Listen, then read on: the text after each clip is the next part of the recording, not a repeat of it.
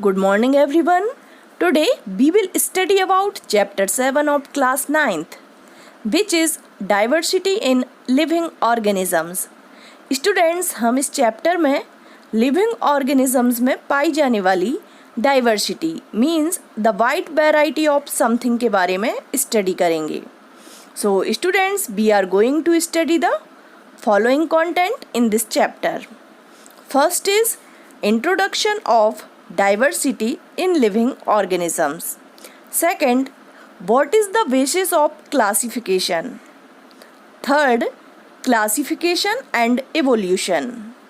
Fourth, the hierarchy of classification. Fifth, the important characteristics of the kingdoms. Sixth, classification of plantae kingdom. 7. Classification of Animalia kingdom. So student, first topic हम यहाँ पढ़ेंगे introduction of diversity in living organisms. यदि हम अपने surrounding में देखते हैं तो हमें डिफरेंट ऑर्गेनिजम्स दिखाई देते हैं. ये ऑर्गेनिजम्स एक दूसरे से लेस या ग्रेटर डिफरेंट रखते हैं. जैसे इन ऑर्गेनिजम्स का structure, food habit, living habit different होती हैं. एग्जाम्पल के लिए यदि आप अपने फ्रेंड को देखते हो तो आपको क्या डिफरेंस दिखाई देता है अपने आप में और अपने फ्रेंड के बीच? मे बी आपकी हाइट आपके फ्रेंड की हाइट से कम या ज़्यादा हो सकती है.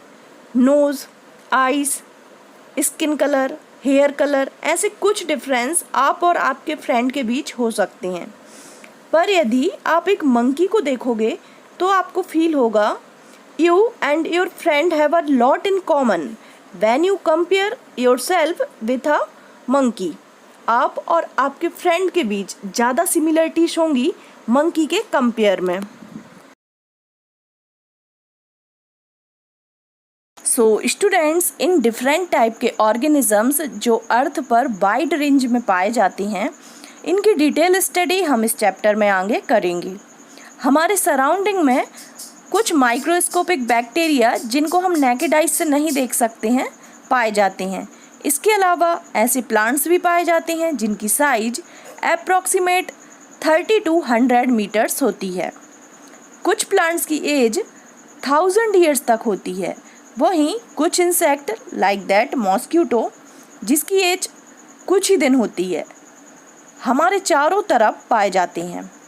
इसके अलावा हमारे चारों तरफ कुछ colourful plants, flower and birds की वाइड रेंज भी पाई जाती है. तो स्टूडेंट्स, मिलियंस ऑफ ईयर्स से ऑर्गेनिजम्स की वाइड वैरायटी जो कि अर्थ पर पाई जाती है, ये वैरायटी 8.7 मिलियंस के अराउंड होगी. इन डिफरेंट ऑर्गेनिजम्स की वन बाय वन स्टडी करना हमारे लिए पॉसिबल नहीं है. इसलिए साइंटिस्ट ने इन ऑर्गेनिजम्स में एक दूसरे के साथ पाई जाने वाली सिमिलरिटीज़ के बेस पर इनको अलग अलग क्लास में डिवाइड कर दिया है. मींस जो ऑर्गेनिजम्स एक दूसरे से structure, living habit, food habit etcetera में सिमिलरिटीज़ रखते हैं, उस बेस पर उनको एक क्लास में रख दिया गया है जिससे इनकी स्टडी करना इजी हो सके. इसके लिए इन ऑर्गेनिजम्स को पहले ग्रुप में रखा गया है, उसके बाद इन ग्रुप को सब ग्रुप में बांटा गया है. इस टाइप के क्लासिफिकेशन को हम नेक्स्ट टॉपिक में पढ़ेंगे. तो स्टूडेंट्स, हमारा नेक्स्ट टॉपिक है what is the basis of classification. Means जो एनिमल्स को या ऑर्गेनिजम्स को अलग अलग क्लास में रखा गया है उनको किस बेस पर क्लासिफाइड किया गया है उसकी स्टडी हम यहाँ पर करेंगे. डिफरेंट ऑर्गेनिजम्स की स्टडी करने के लिए सबसे पहले ग्रीक फिलोसोफियर अरस्तु ने इन एनिमल्स को लैंड, वाटर एंड एयर में रहने के बेस पर क्लासिफाइड किया. पर इस प्रकार का जो क्लासिफिकेशन था बहुत ही सिंपल क्लासिफिकेशन था और पूरी तरह से सही क्लासिफिकेशन नहीं था. क्योंकि एग्जाम्पल के लिए यदि हम बात करें वाटर में रहने वाले animals like that whales, octopus, starfish, इनको एक ही क्लास में रख दिया गया था. पर इनमें बहुत सारे डिफरेंस थे. इसके बाद भी इन्हें एक ही ग्रुप में रखना सही क्लासिफिकेशन नहीं था. इसलिए इन ऑर्गेनिजम्स का क्लासिफिकेशन बाद में इनमें पाई जाने वाली cell structure and food habit के बेस पर किया गया है, जिसे हम आगे पढ़ेंगे. क्लासिफिकेशन किस बेस पर किया गया है हम इसे एक एग्जाम्पल से समझ सकते हैं. जैसे क्लास में यदि बहुत सारे स्टूडेंट्स होते हैं, इनको यदि 3 कैटेगरी में डिवाइड करने के लिए बोला जाए टीचर से, तो टीचर इन स्टूडेंट्स को किस प्रकार से क्लासीफाइड करेंगे? टीचर इन स्टूडेंट्स को गुड, बेटर एंड बेस्ट के बेस पर क्लासीफाइड कर सकते हैं। उनकी इंटेलिजेंसी के बेस पर, उनका क्लास एक्टिविटी के बेस पर उनको 3 कैटेगरी में डिवाइड कर सकते हैं। मीन्स क्लासिफिकेशन के लिए कुछ क्राइटेरिया बनाए जाते हैं, उस बेसिस पर क्लासिफिकेशन किया जाता है। जैसे यदि हम एजुकेशन की बात करें, एजुकेशन सभी स्टूडेंट्स को एक ही क्लास में क्यों नहीं दी जाती है? क्या आप बता सकते हैं? एजुकेशन के लिए सभी बच्चे एक साथ एक ही क्लास में क्यों नहीं पढ़ते हैं? क्योंकि इसके लिए कुछ क्राइटेरिया बनाए गए हैं। चाइल्ड की एज के बेस पर इनको डिफरेंट क्लास में एडमिशन दिया जाता है, इसलिए सभी बच्चे अलग अलग क्लास, जैसे फर्स्ट, सेकंड, थर्ड, फोर्थ, इस तरह से डिवाइड कर दिए जाते हैं, जिसे हम क्लास कहते हैं।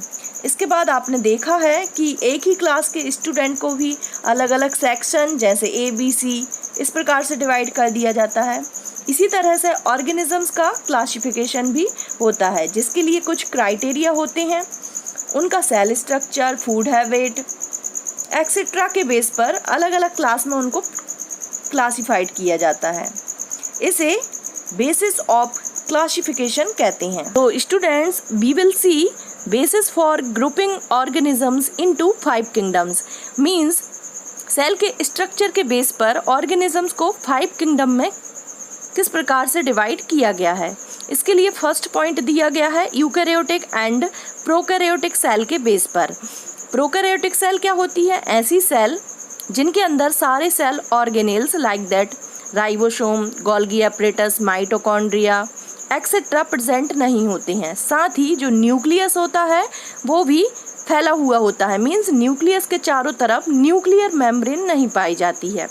इसके अलावा जो यूकैरियोटिक सेल होती है, यूकैरियोटिक सेल के अंदर सारे सेल ऑर्गेनेल्स प्रेजेंट होते हैं। साथ ही जो न्यूक्लियस होता है वो चारों तरफ से न्यूक्लियर मेम्ब्रेन से कवर्ड होता है। तो जो प्रोकैरियोटिक सेल होती हैं वो प्राइमरी डेवलप्ड सेल होती हैं and eukaryotic cell fully developed cell होती हैं। तो first criteria eukaryotic and prokaryotic cell के बेस पर क्लासिफिकेशन किया गया है। सेकंड पॉइंट यहाँ पर यूनिसेल्यूलर एंड मल्टीसेल्यूलर दिया गया है। मीन्स ऑर्गेनिजम्स का क्लासिफिकेशन सिंगल सेल या फिर मल्टीपल सेल, इनके बेस पर किया गया है। तो आप जानते हैं कि यूनिसेल्यूलर क्या कहलाते हैं? ऐसे ऑर्गेनिजम्स जिनकी बॉडी में सिर्फ सिंगल सेल पाई जाती है, लाइक दैट अमीबा, पैरामेसियम। इस बेसिस पर इनको क्लासिफाइड किया गया है। यूनिसेल्यूलर ऑर्गेनिजम्स जिनकी बॉडी में एक सेल पाई जाती है, और मल्टीसेल्यूलर ऑर्गेनिजम्स जिनकी बॉडी मल्टीपल सेल से मिलकर बनी होती है। और ये जो सेल का ग्रुप होता है ये मिलकर टिश्यू बनाती हैं, टिश्यू से ऑर्गन बनते हैं और ऑर्गन अपना स्पेसिफिक फंक्शन करता है। तो सेकंड जो क्राइटेरिया है वो क्या है? यूनिसेल्यूलर और मल्टीसेल्यूलर सेल। नेक्स्ट पॉइंट यहाँ पर दिया गया है फूड हैबिट। मीन्स ऑर्गेनिजम्स की फूड हैबिट के बेस पर उनको क्लासिफाइड किया गया है। आप जानते हैं कि कुछ ऑर्गेनिजम्स ऑटोट्रॉफिक होते हैं और कुछ हेट्रोट्रॉफिक होते हैं। जो ऑटोट्रॉप्स होते हैं वो अपना फूड मटेरियल खुद से प्रिपेयर करते हैं by the process of photosynthesis. इसके अलावा कुछ ऑर्गेनिजम्स अपने फूड के लिए दूसरे ऑर्गेनिजम्स पर डिपेंड होते हैं, तो उन्हें क्या बोला जाता है? हेट्रोट्रॉपिक बोला जाता है। इस बेसिस पर क्लासिफिकेशन किया गया है। नेक्स्ट पॉइंट यहाँ पर दिया गया है कि ऑर्गेनिजम्स इंडिविजुअली किस प्रकार से डेवलप होते हैं। तो इस चैप्टर में हम देखेंगे कि कुछ ऑर्गेनिजम्स ऐसे होते हैं जिनमें सेल मिलकर टिश्यू बना देती है और बॉडी के कुछ पार्ट्स इनमें डेवलप होते हैं, पर कुछ पार्ट्स डेवलप नहीं होते हैं। इसके साथ ही कुछ ऑर्गेनिजम्स ऐसे होते हैं जिनमें सेल मिलकर टिश्यू, टिश्यू से ऑर्गन बनता है और फिर ऑर्गन से ऑर्गन सिस्टम बनता है। इस ऑर्गन सिस्टम का अपना एक स्पेसिफिक फंक्शन होता है। मीन्स कॉम्प्लेक्सिटी के बेस पर भी क्लासिफिकेशन किया गया है। तो स्टूडेंट्स, इस पॉइंट में बताया गया है कि ऑर्गेनिजम्स को उनके बॉडी स्ट्रक्चर के बेस पर, उनके बॉडी डिजाइन के बेस पर किस प्रकार से अलग अलग ग्रुप में रखा जाता है। जैसे आपने देखा होगा, जो प्लांट्स होते हैं उनका स्ट्रक्चर एनिमल से कम्प्लीटली डिफरेंट होता है, इसलिए इनको अलग अलग किंगडम में रखा जाता है। इसी प्रकार से अदर ऑर्गेनिजम्स होते हैं, इनका बॉडी डिजाइन भी एक दूसरे से डिफरेंट होता है, जिसकी डिटेल स्टडी हम आगे जाकर करेंगे। Now we will study about classification and evolution. ये एवोल्यूशन क्या होता है, इसकी डेफिनेशन यहाँ पर दी गई है। Evolution is defined as the process by which new types of organisms develop from other existing organisms. Means evolution वह प्रोसेस है जिसमें ओल्ड ऑर्गेनिजम्स से न्यू ऑर्गेनिजम्स जो आजकल हमें दिखाई देते हैं उनका डेवलपमेंट हुआ है। मतलब कि विकास को ही हम एवोल्यूशन के नाम से जानते हैं। स्टूडेंट्स, जैसा कि आप जानते हो, हमारे एंसेस्टर, हमारे पूर्वज मंकी हुआ करते हैं। तो मंकी की बॉडी में हजारों साल तक कई प्रकार के चेंजेस होते रहे, जिससे एक नई स्पीसीज़ का डेवलपमेंट हुआ, जिसे हम ह्यूमन के नाम से जानते हैं। और जो डेवलपमेंट हुआ है मंकी से ह्यूमन का, इस पूरी प्रोसेस को एवोल्यूशन कहते हैं। मंकी की बॉडी में हजारों साल तक कई प्रकार के चेंजेस आते रहे। ये चेंजेस क्या होते हैं, लाइक दैट एनवायरमेंटल कंडीशन के कारण।